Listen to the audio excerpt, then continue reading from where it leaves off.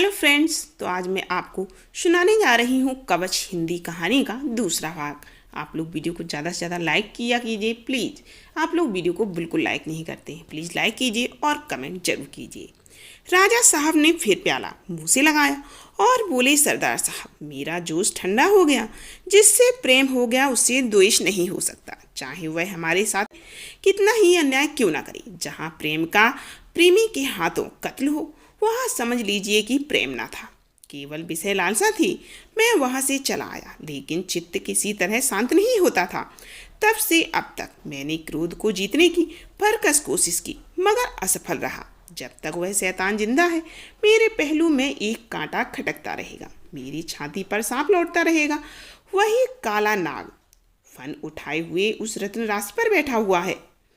वही मेरे और सरफराज के बीच में लोहे की दीवार बना हुआ है। वही इस दूध की मक्खी है। उस सांप का सिर कुचलना होगा।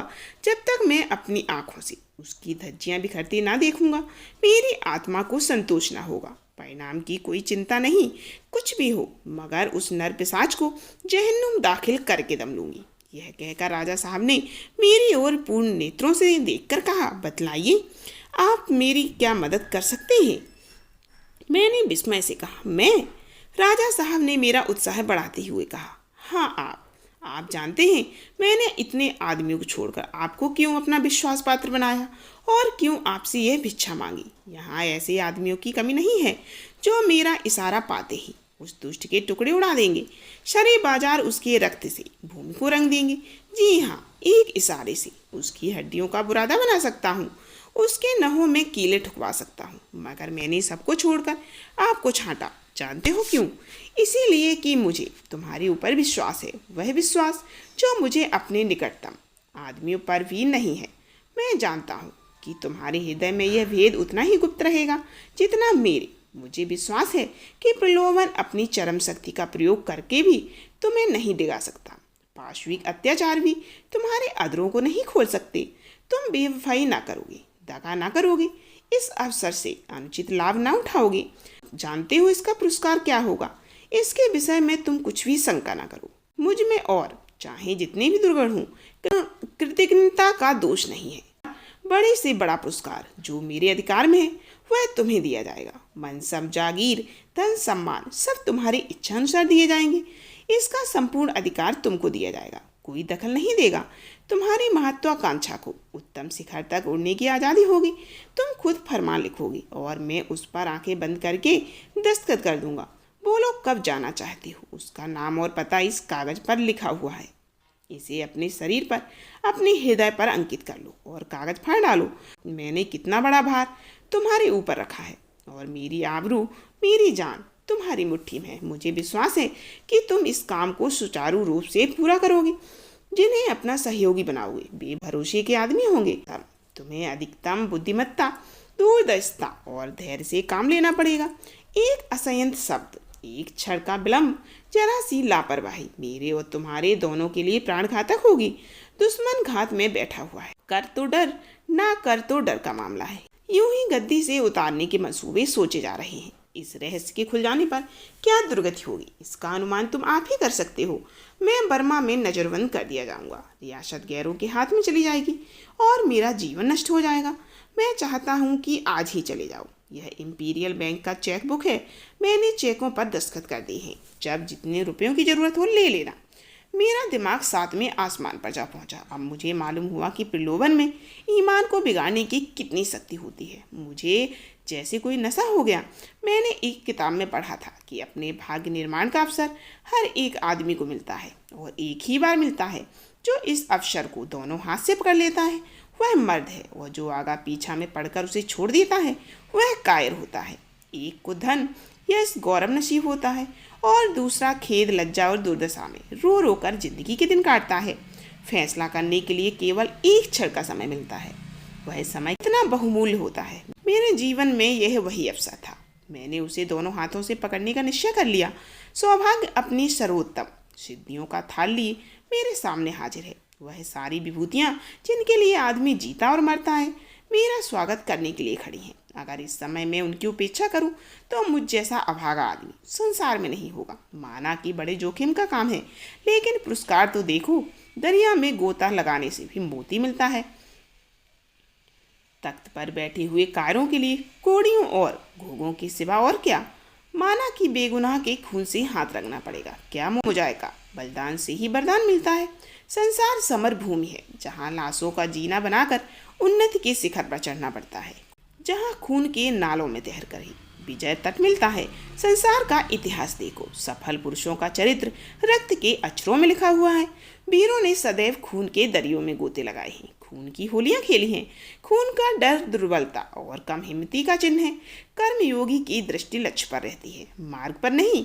शिखर पर पड़ती है, मध्यवर्ती चट्टानों पर नहीं। मैंने खड़े होकर अर्ज की, गुलाम इस खिदमत के लिए हाजिर है। राजा साहब ने सम्मान की दृष्टि देखकर कहा, मुझे तुमसे यही आशा थी।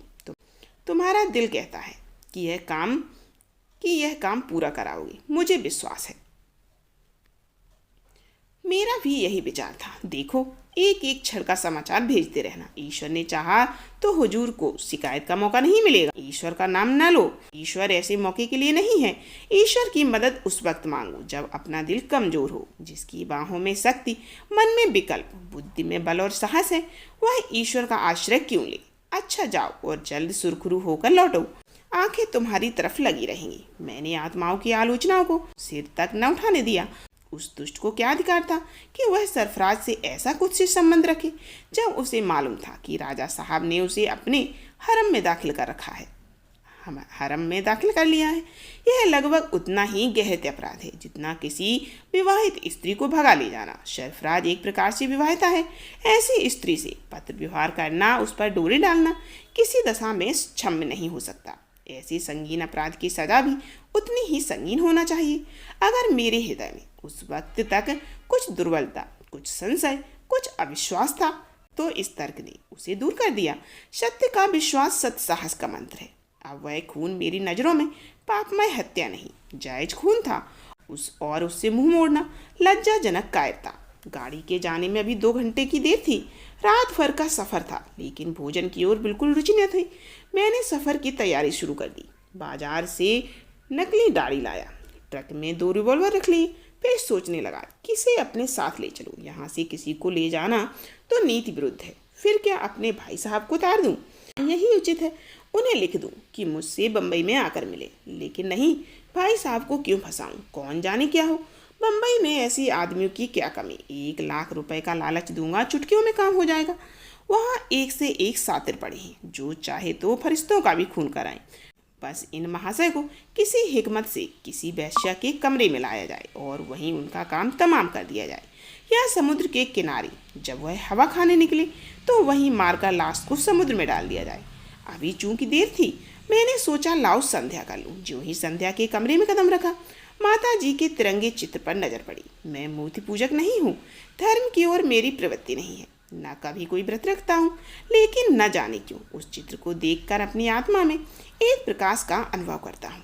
उन आँखों में मुझे अब भी वही बात सलजोती, वही देवी आशीर्वाद मिलता है, वही देवी आशीर्वाद मिलता है जिसकी बाल स्मृति अब भी मेरे हृदय को गदगद कर देती है। वह चित्र मेरे लिए चित्र नहीं है, बल्कि सजीव प्रतिमा है जिसने मेरी सृष्टि की और अब भी मुझे जीवन प्रदान कर रही है।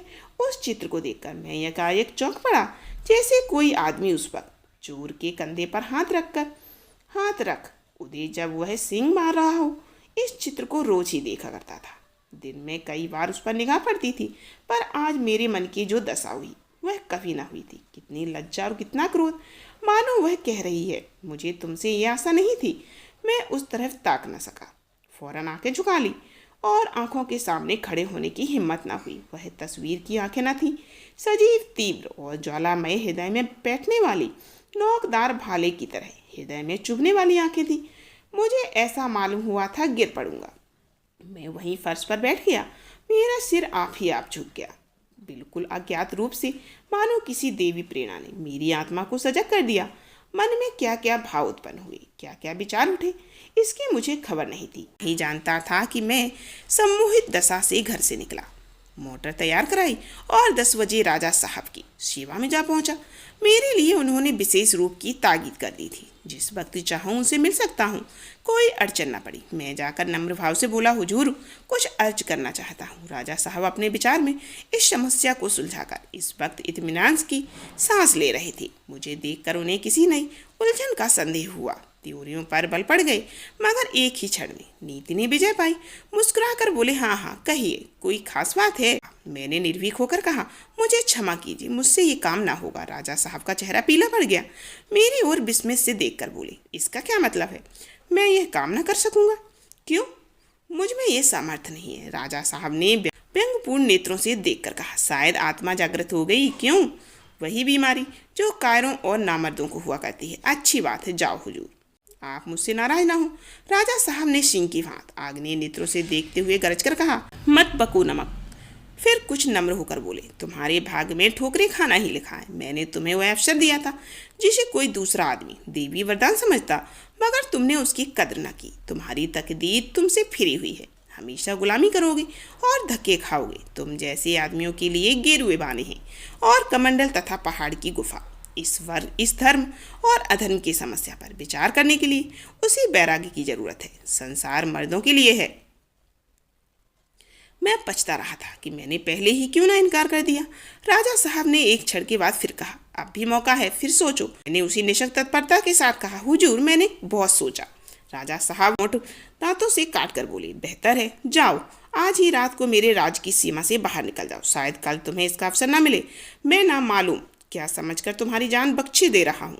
ना जाने कौन मेरे हृदय में बैठा हुआ है, तुम्हारी रक्षा कर रहा है। मैं इस वक्त अपने आपे में नहीं हूँ, लेकिन मुझे तुम्हारी शराफत पर भरोसा है। मुझे अब भी विश्वास है कि इस मामले को तुम दीवार के सामने भी जवान पर न लाओगे। मैं चुपके से निकल आया और रातों रात राज्य से बाहर पहुंच गया। मैंने उस चित्र के सिवा और कोई चीज अपने साथ न ली। इधर सूर्य ने पूर्व की सीमा में पदार्पण किया, उधर मैं रियासत की सीमा से निकलकर अंग्रेजी इलाके में पहुंच गया। तो ये थी हिंदी कहानी कवच। आपको कैसी लगी कमेंट कीजिए और वीडियो को ज़्यादा से ज़्यादा लाइक कीजिए।